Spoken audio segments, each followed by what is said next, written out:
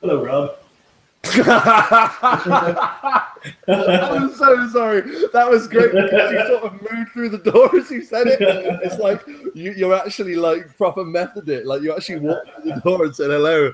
Oh, hey man, how you doing? Yeah, good, thanks. It's very weird. that was just the best, and I bet not many people saw that because No. Oh man, oh that was good. Hey man, what are we doing today? You know, existing, just getting by. Just scraping by, flying by the seat of the pants. Yeah, man. So we're here to talk about some stuff, aren't we? And we we have a few topics that we want to cover, I guess. Like the idea of these like guests is to sort of cover topics that have been mentioned in the community throughout the past week. Yeah. Like so what do you want to talk about first, man? What was it? Encounter balance. That's what I want to talk about. Ah, okay. Should encounters be balanced, Lloyd? Nah. No, the end. Move on. Okay, next. Why do you think they shouldn't be balanced, Lloyd?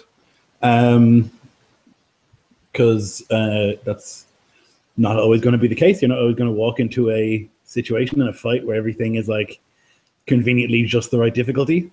That feels like Skyrim to me, and that sort of situation where you go to a town and you're level 50 and all the knights have obsidian armor somehow, you know, and how'd they get it? You know, doesn't make any sense. Yeah. Oh, bless Skyrim though. No, that's fair. I think that's an interesting one. I mean, sometimes I guess it's okay. Like I think sometimes there is tension to be had. Like if you've built up that one of your party members happens to be, I don't know, one of the greatest swordsmen in the land, and then someone else comes across from a neighboring land and says, well, I'm the greatest swordsman of my land, and then it's like an equal fight where it could go anywhere either way, then that's pretty cool. But I think generally speaking, if you're going for tension, then generally speaking, the odds should be stacked against you. Although people in the chat first challenge, what great encounters could there be when the odds are stacked in the favor of the PCs? It's always fun to have your player characters like wade through weak people, though, right, Lloyd? Yeah, I think it's necessary to do both, so that there's a chance for them to like live their mechanics and like be heroes, but also to get, you know, suffered. You know, like they have to do both, because it's not as rewarding to win if you don't occasionally lose. That's a very good point. That is a very, very good point. I mean, I'm just trying to think if there's any other occasion where like you being amazing at something would be and wiping the floor with other people, other than, I don't know, maybe I imagine like a training scene. Maybe if your characters are training people, so you're actually showing them the error of their ways by being better than them. That's something that I've come up with at the top of my head. That could work. That'd be pretty cool. But I think it's like sometimes it's good, particularly with like if you're running a one shot and the characters are high level, it's good to like have a encounter where they just blast through things to be like, look how rad these guys are, so that when they encounter something difficult, you're like, oh, this thing, it like gives more respect to the enemy because it must be powerful if it's challenging these dudes who, you know, an hour ago were like cutting a swath through goblins or whatever. I think that is something to consider. I don't generally do it though. I tend to look at all combat as deadly because it is, you know, and I think that 5e has a good thing with like bonded accuracy and stuff that, you know, a goblin can murder you. It's unlikely, but it's possible, you know. And I just think that that's like the case, you know. It doesn't matter how, like Game of Thrones, right? Like Daenerys rides a dragon, but an arrow would kill her, you know. So like it doesn't really matter how powerful you are. There's still like the chance that you could just get shagged unexpectedly. There's always a chance you can get shagged unexpectedly. Lloyd Collins, 2017. Perfect. Yeah, that's yeah, absolutely valid. Yeah, I just want to know if there'd be any other ways that we could have it. Okay, we have people in the chat. We have Matt Click is here. Hey man, how's it going? Lionel's also here. Matt, sagely wisdom from a fistful of dice. This is great. So first of all, Matt says, I regularly run into encounters in real life that are too difficult. Absolutely, man. That is basically just my life in a nutshell. Real life is CR30 and I'm a level 1, you know. He then continues to say, I enjoy encounters that are too easy to, if for nothing else, then to feel cool and to tax their resources. Absolutely. Yep. That's a very smart point, actually, because you might be better than them, but you're still using spells on people. You're still losing like little bits of HP here and there. Whittling down HP, ammo, and cooldown abilities in an easy encounter makes for more challenging encounters later on. Yes, a war of attrition. Always wisdom from a fistful of dice. We did like in that hunted game, we had that situation where they were 5th level, but they had lost the battle, and so the straight game started with them with 1 hit dice worth of hit points, and they had used all of their abilities, you know, and they had no weapons, and so they were 5th level, but they weren't really, and it was like really tense, even though that they, on a good day, would have pissed through that whole game, you know. But because of their lack of resources, it was really difficult, and I think it's a good way to, because players, and I do it too, like if my character, like Marius, is going to use smites in most fights he's in because that's what he does. You know, sure. even if they're dweebs, he's still going to be like, yeah, but look, God, you know. And it's a good way to like get players to use some of the resources so that later on you're going to have trouble with it. Now, crafty players won't do it. Like if I'm playing a one-shot and the first encounter comes up, I'm not going to use my Oath of Enmity as a Vengeance Paladin. I'm going to wait till the big bad, you know. But you do end up using ammo, certainly. Like you lose some hit points, and you might use a couple of abilities here and there. I think it's a good idea. I also think that it actually brings to mind like the idea of having a strategy as a GM or a DM throughout an entire session, which I particularly like. It's careful planning of a session, so you're knowing that, or rather a day in a campaign or whatever, where you know that to provide an extra challenge later on down the road, you're going to have to present the players with a problem that's going to tax their resources a bit early on. I like that kind of thinking. It's just smart. It's using the rules in a good way against the player characters, I think, which is pretty rad. Another way you could do it is like not let them rest, you know, like, or make resting dangerous. Like in Lord of the Rings, I did that a lot at the start. Yes, you did. Trying to get through that forest in Ithilien, and it was like, okay, you're exhausted. Do you want to rest? Yeah. Do you want to light a fire because it's cold? Yeah. Okay, well then they'll find you. Oh, okay, we won't light the fire. Okay, well then you're more exhausted. So like, you know, managing, and then again, characters who are quite powerful, you know, after a little bit of exhaustion and a couple of days of no sleep become way more brittle. Yes, and I actually remember in that Lord of the Rings game, I remember our characters hadn't had a nice breakfast in like a week, and then an arrow knocked my lovely egg and bacon sandwich out of my hand, and it fell on the floor. But you know what? I ate it anyway, and I don't care. But no, it's a really good point. It's a really good point. The exhaustion rules are there for a reason. They should be used. Absolutely. I would say that generally with encounter balance, I don't set out to balance an encounter. I just pick an encounter that I think is likely to happen. So it depends a lot on the game, but like for Iskloft, I just tend to be like, how many warriors would be in this place, roughly? And then I go, yep, that's what I'll do, and I'll just put that many in, and I'll see how it goes. Like, and if it's way too much for the players, then they have to understand that and run away. Like, I don't think it's my job to manage that. They're playing too. They're actually playing. I'm just putting a thing in front of them, and let it fall where it may. You know, if it's too hard, then run away. You don't have to kill it. You don't have to kill everything. That's right. Absolutely. And that goes the same for NPCs that you're using against the players. Sometimes they will run away. or fly away if they're creatures, or, well, if they're flying creatures, they'll fly away. Lionel says, yeah, it's amazing how many players burn stuff on easy encounters. It's very true. It's very, very tempting to go guns blazing because it's cool, but sometimes you just gotta. Matt continues to say, and as a player, I really enjoy being taxed and challenged. I legitimately enjoy facing off against a tough opponent with nothing but my basic attacks to help me. Forces me to be creative and think about the environment. And Lionel agrees. Yeah. That's what I was talking about earlier with my combat thing, about how there was a particular Roman game that Nico ran. You might have watched that, actually. Where we went into this, like, collegia, which was like a gang or whatever. And we weren't in our armor. We were just like in our tunics, and we had some short swords with us. And it ended up being this like a hideous barroom brawl. And it was like, you had to be creative. Like, we didn't, like, sometimes you had like this knife, but it was too covered in blood for you to use.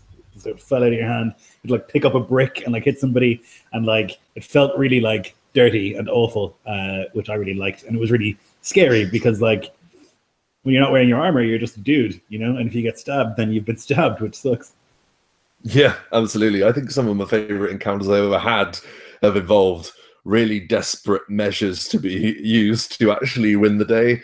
One of my favorite fights I've ever run was in a 5e home game where the fight culminated where one of the player characters, in a desperate last act in a fight in an inn, charged and tackled two people that were trying to murder him down a flight of stairs. Like, and they were just like rolling down the stairs and just smashing through banisters and stuff, and then like landed, and he was basically just battering this dude whilst he was like sat on top of him, and that's how the fight ended.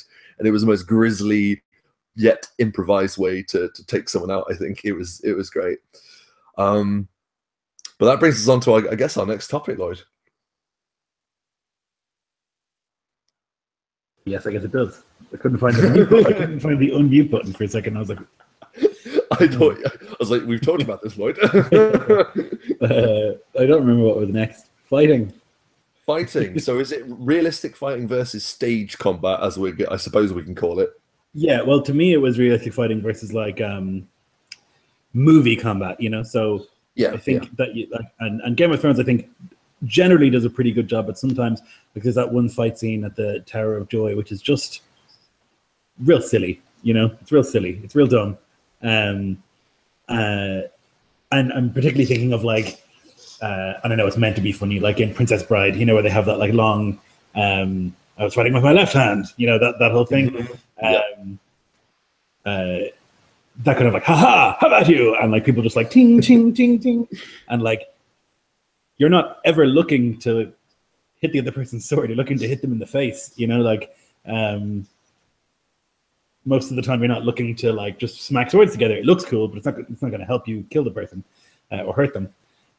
So it's that kind of like swashbuckling, I guess you would call it, or, you know, that kind of fighting versus like a real, like if you think about the fight at the end of The Revenant, like that would be a good example of like a real brutal sort of fight, you know? Absolutely. Now I think it comes with sort of the suspension of disbelief, doesn't it? Because although, yes, absolutely, the Princess Bride duel is it's kind of silly. Like, I know something you do not like, you were saying. But that sword fight happens to be one of the best sword fights in movie history, because it's, I mean, the best thing that you can do with stage combat is to make it look like that you're trying to kill each other, even though realistically those sword moves wouldn't exactly be super effective. And I think that goes for role-playing games as well. Like, and yeah, although the Tower of Joy fight is silly, it does also. I've been talking about the Sword of the Morning quite a lot, and how like he was just amazing, and he could like basically take on a whole bunch of people. So in terms of like bolstering a legendary reputation, I think that fight did well to service that character in that respect. But then it also shows you that, yeah, even though he's that good, he's still got a knife in the back of the neck, you know? So, yeah, like it goes, you can be this good, but you can still get it in the back if you're not careful. So I don't know, like I think there's a healthy balance. Like, I mean, Game of Thrones, I think does it perfectly. You wouldn't see people clashing swords against swords in medieval times or ever really, because it damages your sword, Right. and your sword is expensive. Really expensive, yeah. Yeah, you don't want to do that. It puts all sorts of horrible grooves in your sword. No, your sword's there to put through someone's flesh. You know, you should be hitting them with the hilt and stuff if you're doing it properly, and then finishing them with the blade. I don't know. I guess it depends, really, doesn't it, on what mood you're going for? I think you're right with the sort of the morning fight, but I just question what it was for. Like, he's barely a character in the show, you know, and so yeah, I just wasn't too keen on it. I thought it was like well orchestrated, but it also just like didn't strike me at all as real, you know. And for a show that spends so much of its time making things feel real and believable, it just like struck me a little bit odd. I have the same problem with the sparring match that Arya had with Brienne. Sure. You know, because it's about consistency in the setting. So like all of Game of Thrones in my mind has been like very like, here there are consequences, everything is real, things are grim, you know. And then when you have fights like that, you're just like, no, but that doesn't make any sense. You know, showing off like that with two swords, you get stabbed in the back of the neck, I guess, you know. But yeah, it depends on the setting. Because like, I don't think that I would even, you know, I tend to play very violent and like practical characters who are going to try and kill as quickly as possible. But that doesn't fit for every setting. And it's, you know, less appropriate in other settings that are a bit more fantasy and a bit less grim, you know. Yeah. Although weirdly, I think two of the best sword fights that have happened in Game of Thrones were in the same season. I think it was season 4. One of them was, they both include Jon Snow, weirdly. The first one was when Jon Snow fought the leader of the Night's Watch that betrayed Mormont and stabbed him. Like, the dude fights with 2 knives. Right. In that tent. That is just a really spot-on sword fight, because it shows back alley brawler cutthroat versus like man of honor, kind of like taught by a drill master in a castle, kind of like those two sword. Yeah. So that was a really great kind of juxtaposition of sword fighting styles that I really enjoyed. And the other one was when Jon Snow fought the Fen in the battle on the wall. There's this dude with this massive axe, and like Jon just gets battered. He gets absolutely battered by that dude, but he beats him anyway. Like by improvising, he learns to improvise. He has a bit of like a fighting style story arc in that season in a weird way. He learns that sometimes he should spit in someone's face or hit someone with a blacksmith's hammer. So even when you're having to suspend your disbelief for a bit, that kind of thing still serves a storytelling purpose, if you get what I mean.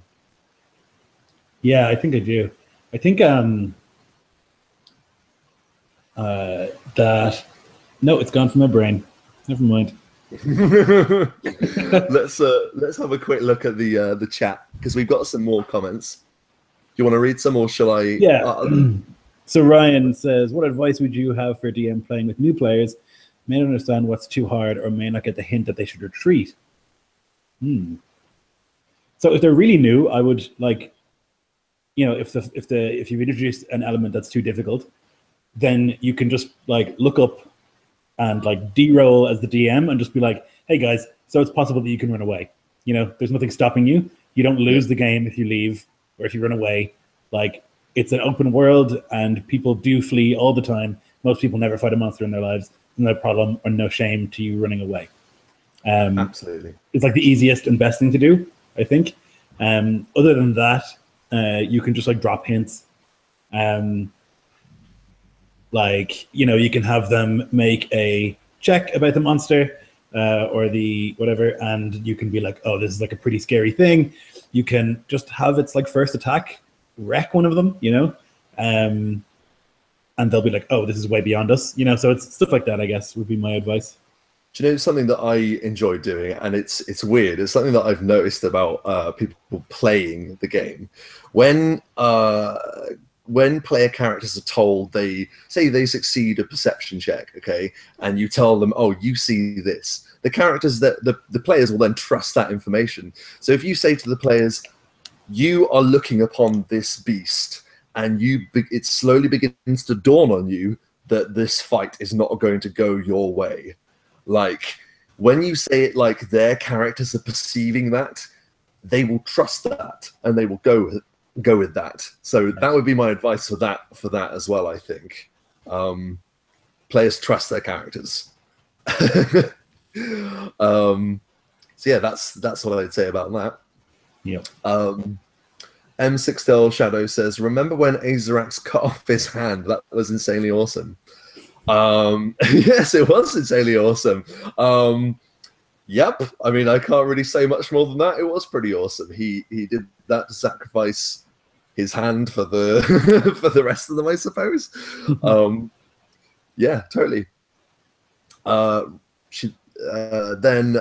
Sixtel Shadow says, Ryan, remind your players that they have the opportunity to run if they need to be. Otherwise, kill them until they figure it out. Well, that's a brutal way of doing it, but I suppose, I don't know. What would you say to that, Lloyd? What would you say to that comment? Kill them until they figure it out. Do you think that's valid? Do you think that's fair? If they're new, I don't think so. I don't think you should like punish them for not understanding the game. You know, like, because well, maybe you should. I don't know. Like, if you tell them up front, and you're like, hey guys, this is too difficult. You know, it's possible for you guys to run. There's nothing wrong with that. And they don't run, then you should kill them. You know, because it's like making a threat and not following it through. You know, like if they're like, no, we're going to win, then you should kill one of them, or like you should just fight that monster the way it's supposed to be fought, and have the chips fall where they wait. You shouldn't have the monster suddenly vanish. You shouldn't have a knight come out of nowhere and save them. Like, we'll get onto that too. We will. But I think, like, you know, if you've given them fair warning and then they go on to do it anyway, and then they should suffer the consequences of making that stupid decision, you know? No, absolutely. Yeah, I'm with you there, man. Matt Click says, I kind of loved that Dane had two long swords, but it would have been so rad if he'd had his Valerian greatsword instead. I agree with you, man. He also says, sorry to interrupt. I would love to see a greatsword fight, because you don't. And I don't think that people did. You know, they're too big. Like, if you're thinking about like the actual Zweihanders or whatever, these enormous like 7-foot blades, like most of them were used in this like way to like move aside pikes and stuff like that. So they weren't really for a sword fight. But it would be interesting to see what, you know, in Game of Thrones there are great swords. Like Ice is a great sword, and you'd kind of wonder like how Ned would fight with that, if he fought with that at all, or if it was like mostly an executioner's sword. It would be cool to see one orchestrated and see, because I imagine what would happen is you've got about a minute of time before you're just so fucking knackered from swinging that sword around that the fight's over. You know, someone's going to make a mistake and die, would be my guess. I have worked with claymores a little bit, and generally speaking, you're absolutely right. With a fight like that, it's all about attrition. It's about who gets tired the first time. And weird factoid, I won't bore you with it too much, but in the play Richard II by William Shakespeare, at the very beginning, they are basically building up to this this duel that's going to happen, which is traditionally the two characters that are involved have two greatswords, they're two claymores, and they're teasing that this fight's going to happen, and then they're about to, and then the king sort of intercedes and stops it from happening. So you never actually got to saw it, and I think they might have done that on purpose. I don't know. That's my theory anyway. But yeah, Matt says, "Oh man, I love the fight with Jon and the dagger guy. It really showed how big a disadvantage Jon was at with the bastard sword inside a tiny cramped hut." That's something that I never considered. Yeah, is using your goddamn swords inside. You just can't. You shouldn't. I never think of really that. difficult.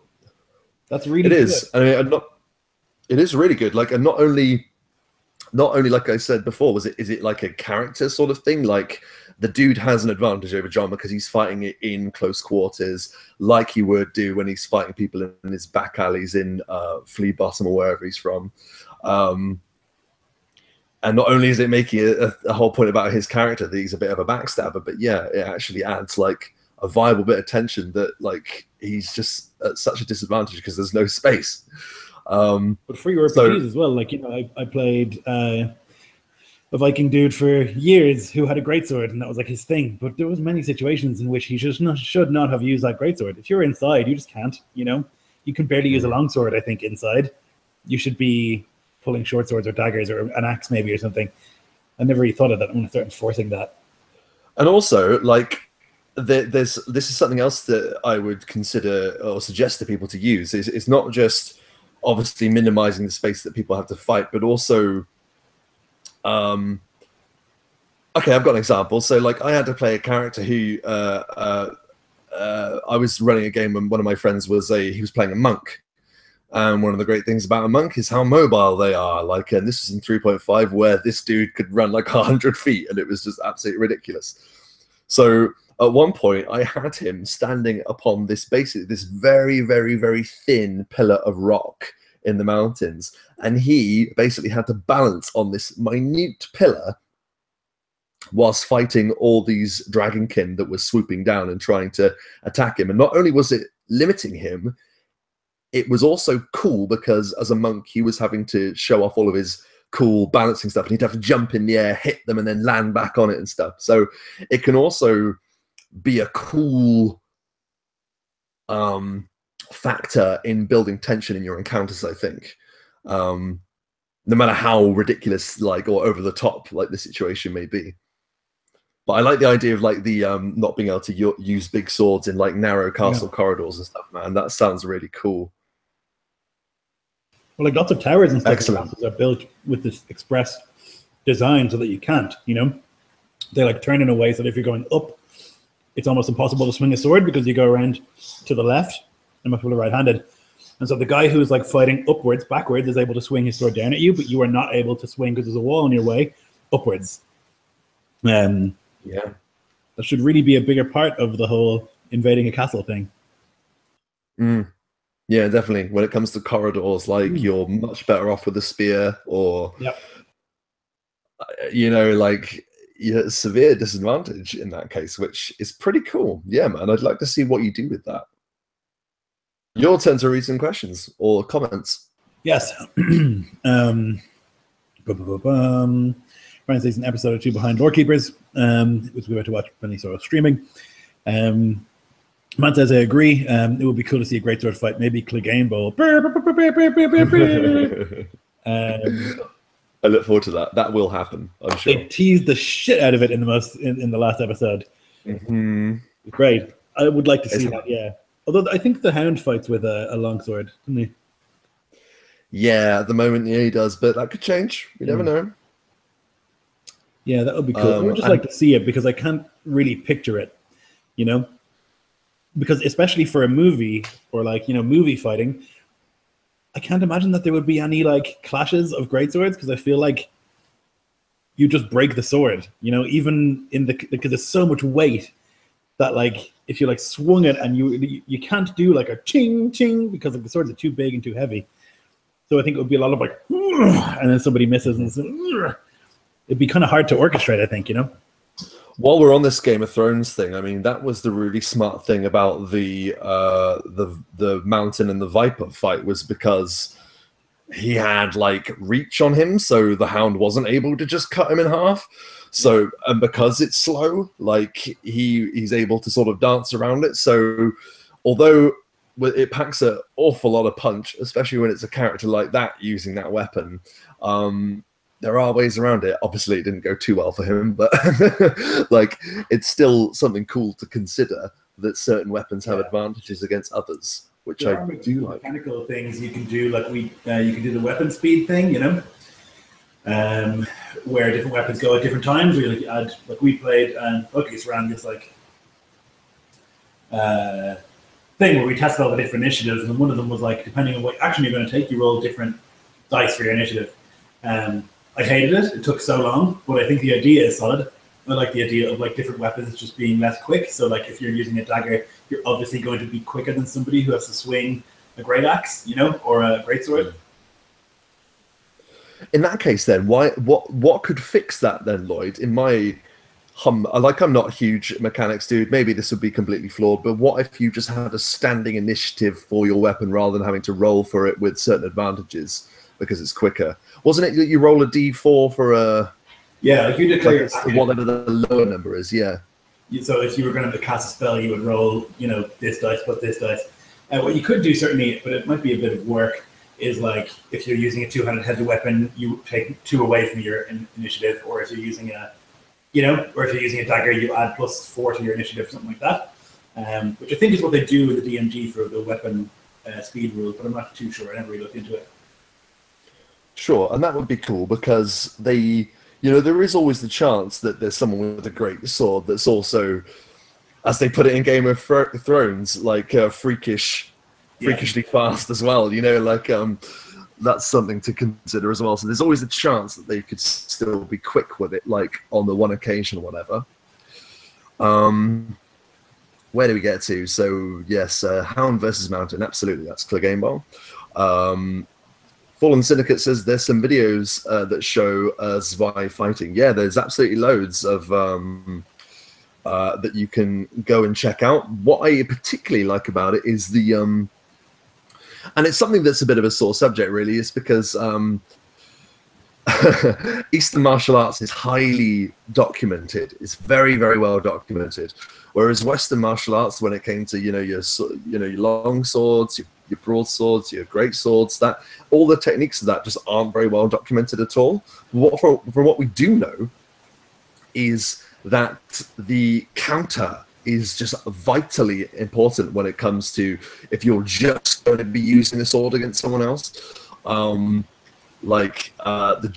German sort of like bastards in great sword fighting is just obscenely cool to watch, where it's using the great weight of someone else's attack against them and countering them into a position where you can get the upper hand. I think the system Zweihander deals with that quite in depth. Although I've never played it, I'm looking forward to with our Game of Thrones. Yes. That's something that while we're on the topic, I would love to see some pretty wicked tactical sword fighting, because that's what it was. Yeah. Says I like the insight perception check to make them realize how hard the encounter actually is. Smart. Yeah.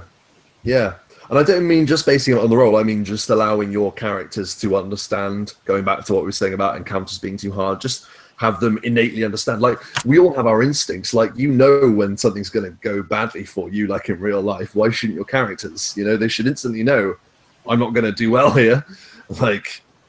Yeah. Your turn to read some comments, Lloyd.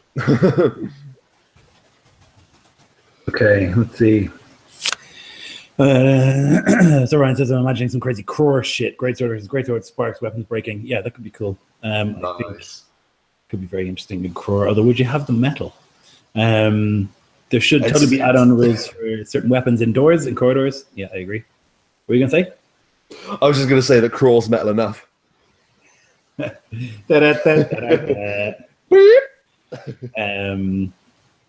He says, I think Mike Murrow's new initiative theory takes that into account to a certain extent, like certain weapons go later in the initiative order. Yeah, I think so. There are rules in the DMG for weapon speed. I think they used to do that sort of stuff a lot, but I don't know. I never really played second edition, so I'm not too sure.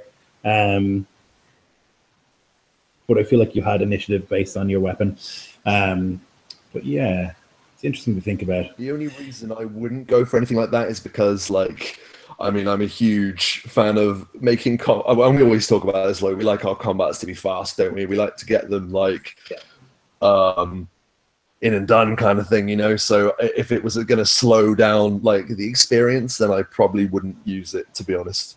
But if you wanted to just have it be just a tactical combat-based game, then I would say definitely go for it. Personally, yeah, I would say so.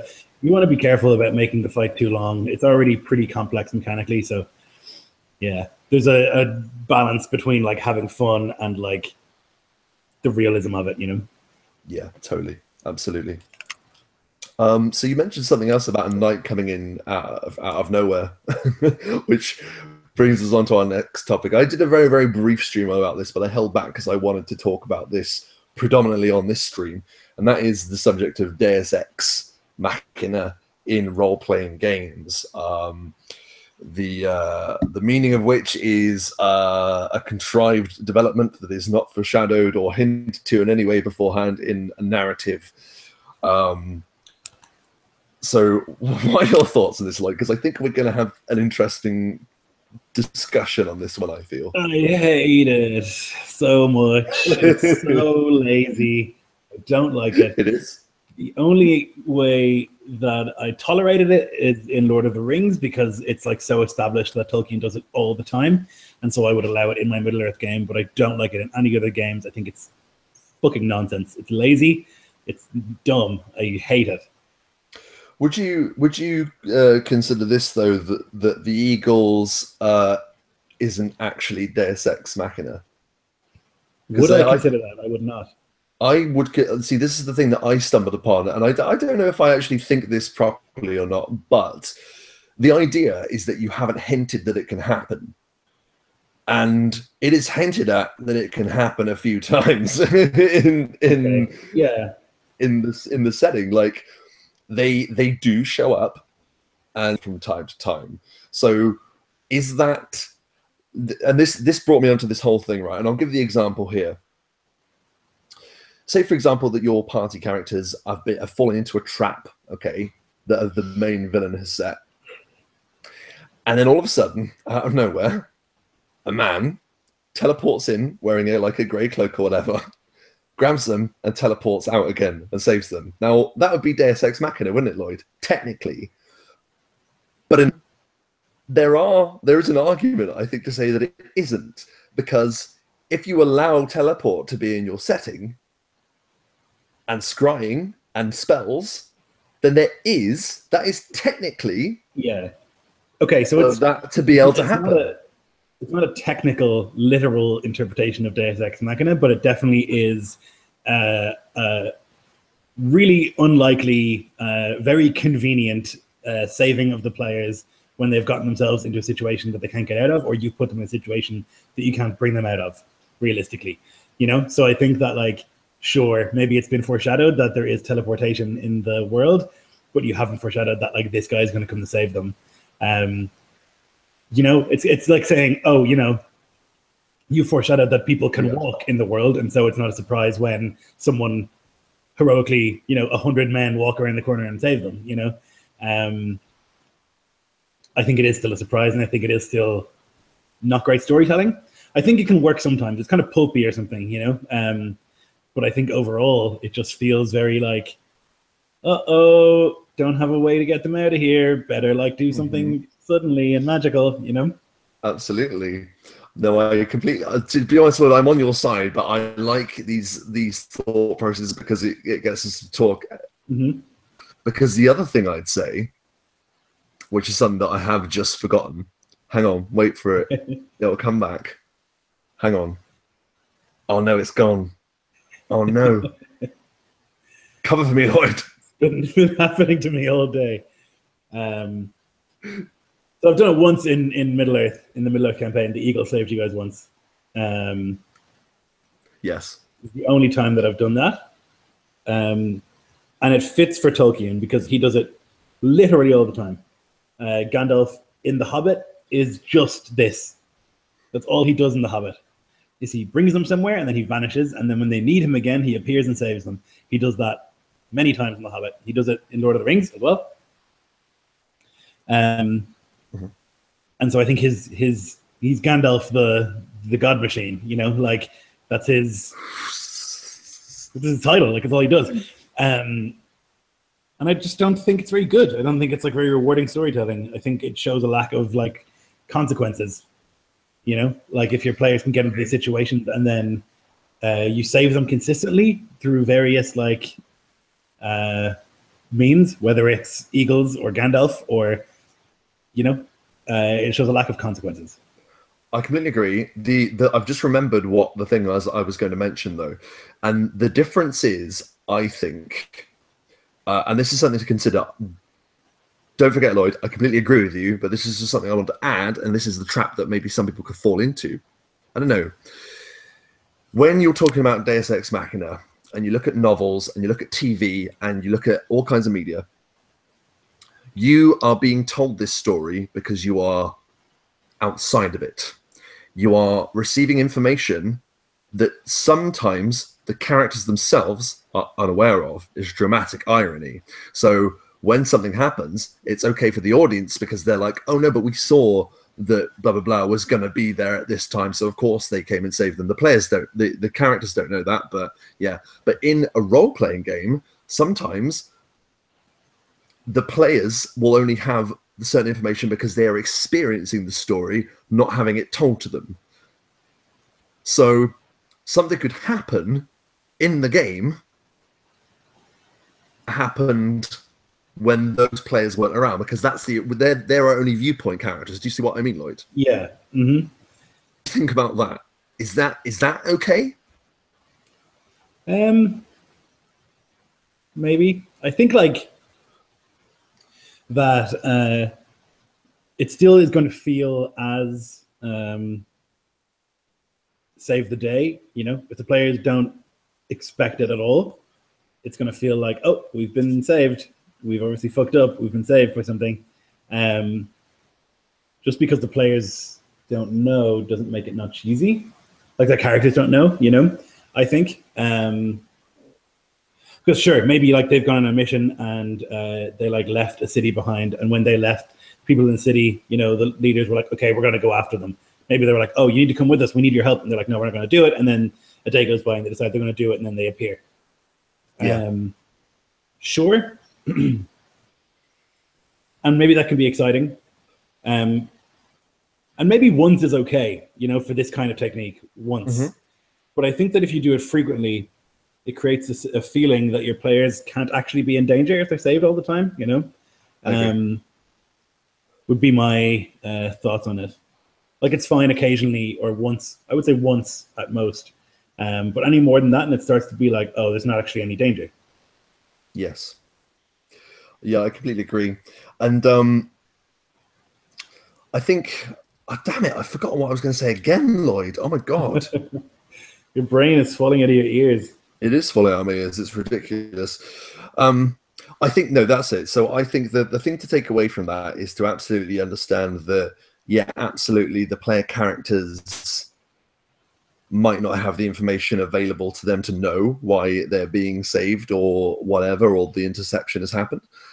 But I think it is good game mastering to sow the seeds at least, to then, so you can then turn to them and say, well, no, now that you remember that you actually have been in contact with this person before, and they did know that you were going to go to this location. So you are still sowing the seeds. You don't have to be direct about it, but like, so if you're planning on having them being put into a situation, you have to lay down those seeds before you put them in that situation. I think that's the best way of doing it, because then at least then you have your explanation for it happening and it just not happening out of the blue, because then yeah, it does seem like the cheesy, like, oh, and the eagles flew in, and yeah.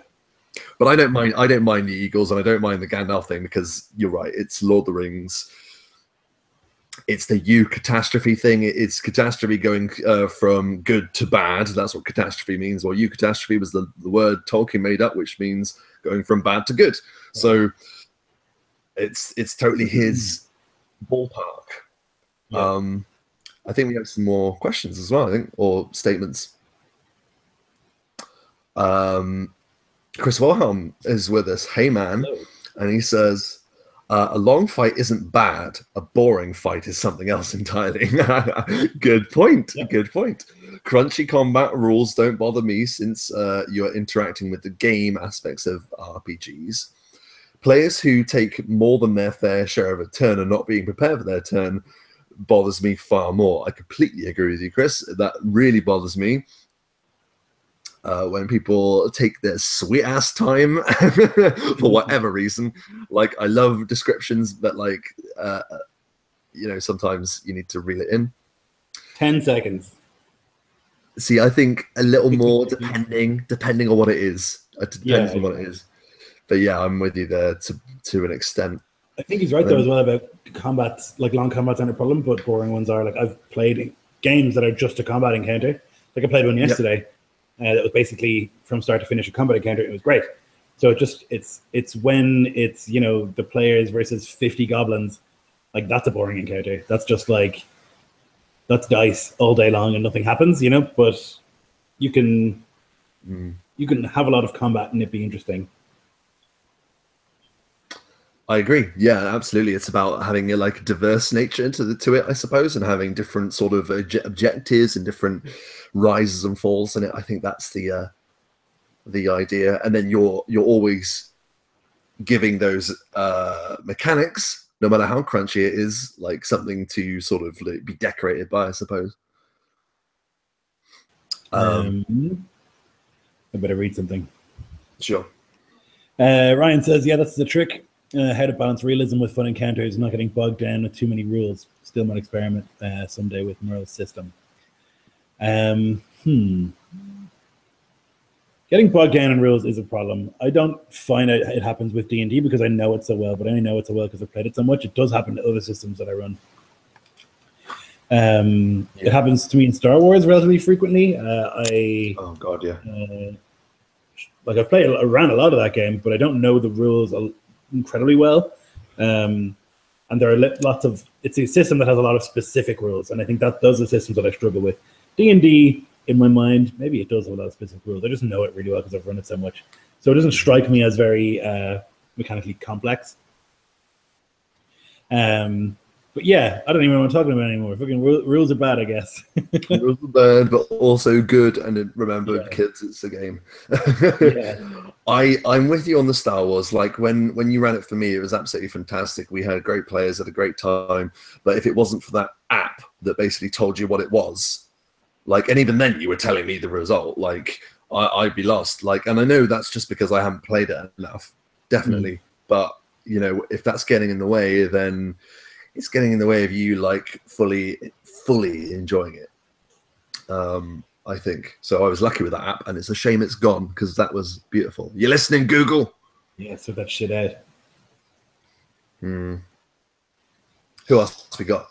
So Chris says Gandalf is an angel, which is a good approximation. He's a Maya, Maiar, which is I guess basically an angel. Same thing that Sauron is. Same thing that all the wizards are. Which I guess is kind of an angel, yeah. But I mean, that's never brought up in the story, though, really, is it? No, I don't think so. I think there's talk about how he, like, when he arrives, he's the last of the wizards, I think, to arrive to Middle Earth, and what's his name? Gives him the ring, the shipwright. So I think that's like because he's a purist or whatever. But yeah, it doesn't come up much. I think it comes up maybe when he dies and comes back because his mission isn't finished. But other than that, spoiler alert, by the way, if you don't know, Gandalf gets killed. Spoilers, yeah. Oh man, you're missing out. Yeah. Six-Tailed Shadow says Gandalf the I've just lost it. Gandalf the Wandering Deus Ex Machina. But you know, he's good at it. It's his job. So, you know, that's okay. Chris then goes on to say too many rules only matter if they don't work well together. Yeah. Yep, can't argue with that. Ben Buckner says, I think Deus Ex Machina might be a good way to introduce a campaign. I would like you to elaborate on that, please, Ben. Yep, I don't know what that means. A good way to introduce a campaign. So you mean an actual literal? I don't know what you mean, mate. You're going to have to let us know. Ryan says, also enemies of enemies are your friends. Just another way to save your characters instead of Gandalf's or cavalry rescuing. Nothing wrong with a good old cavalry rescue, though, as long as there's a reason for them to be there. I think that's... Well, you broke up there, Rob. I didn't get anything that you just said. Oh, I was just reading Ryan's comment. Can you hear me now? No, yeah. You read the comment, but then you like went... Oh, I said there's nothing wrong with a good cavalry rescue as long as there's a reason for them to be there. Sure. Yep. But there we go. Agree. Six-Tail Shadow says Equinox is like an anti-Deus Ex Machina randomly showing up to murder your ass. I guess. I don't know. Yeah, he does murder a lot of people. Yeah, totally. I wouldn't say he's an anti. I don't know how to respond to that. He does murder lots of people. I can definitely say that that's true. What would an anti-Deus Ex Machina look like? Somebody who just appears to fuck up your shit. I guess he does show up and just fuck people's shit up. So yeah, like if that was the definition, but I don't know. So it would be something coming out of nowhere that makes things harder and doesn't, I guess. So maybe he is because he does make things more difficult. I guess it would be something that appears always at the worst time. You know? Yeah. He did show up once. He just come out of a fight with a Hydra. So yeah, maybe he is. Maybe you're on something, Six-Tail. I was ready to die. You were. Good times. Ryan says, yeah, sowing the seed storytelling is a major challenge. And he says, my major challenge. We'll have our challenges in life, and we're only going to improve the more we do it, I think. So yeah, man, I think it's a good challenge to have. So I think we've done quite well there, Lloyd. I think we did all right. Yeah. Yeah, we did fine.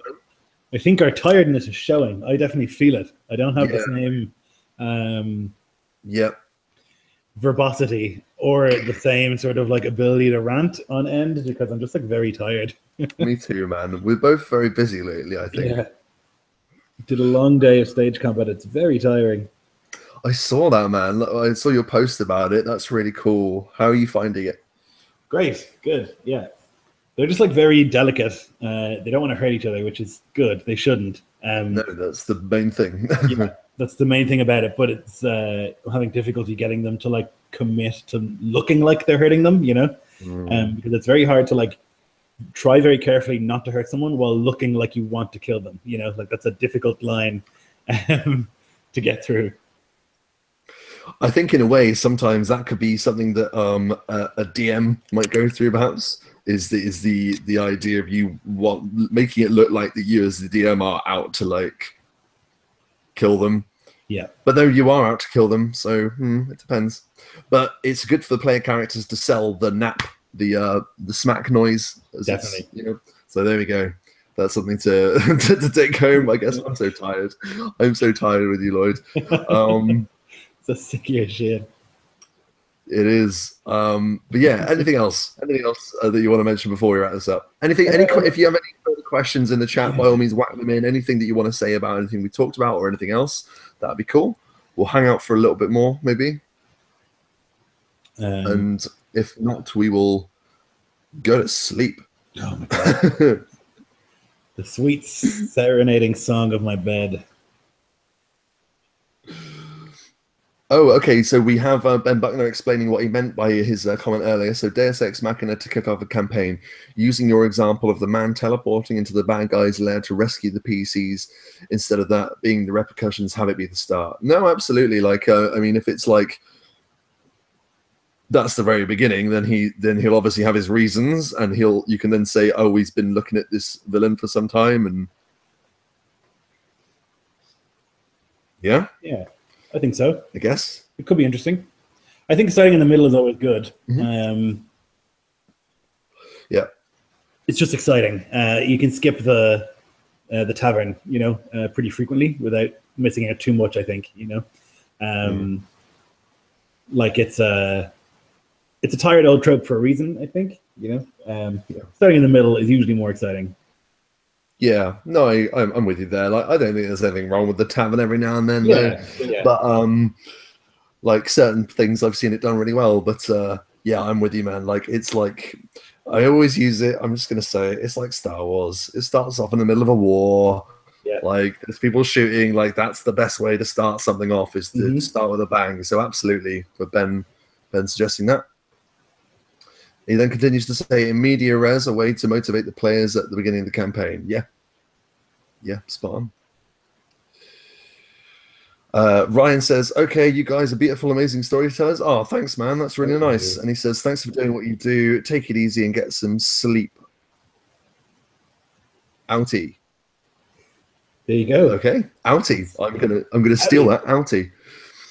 Outie. And finally, Sixtail Shadow says, key to stage combat is trust, trust, and trust. Yeah. Yeah, and eye contact. Eye contact. Yeah. Yes. Eye contact. Always eye contact. Yeah. We had yeah, man. So I think we're done. One of our kids punched another one in the eye today. Yeah, they were like doing an upper, like they were basically, they had like made a sort of choreography, maybe like 12 or so moves. And they had this like thing where one of them like kneed one of them in the stomach, and he went down, and then like a punch followed, like an uppercut. But the punch came too quickly, and he just like punched him right in the mouth, sorry, in the eye, like right here. And the other kid was like, whoa, and he was like, oh. It was very intense because there was no eye contact. And I was like, guys, I told you 1,000 times, don't throw anything. Tell you there was eye contact, it was just a fist. Instead of... Anyway, good stuff. Yeah. All right. Thank you if you watched this rambly stream. I hope you enjoyed it. And we'll see you all soon. Bye. Thanks, Rob, from Performance Check. Bye. Yeah, bye.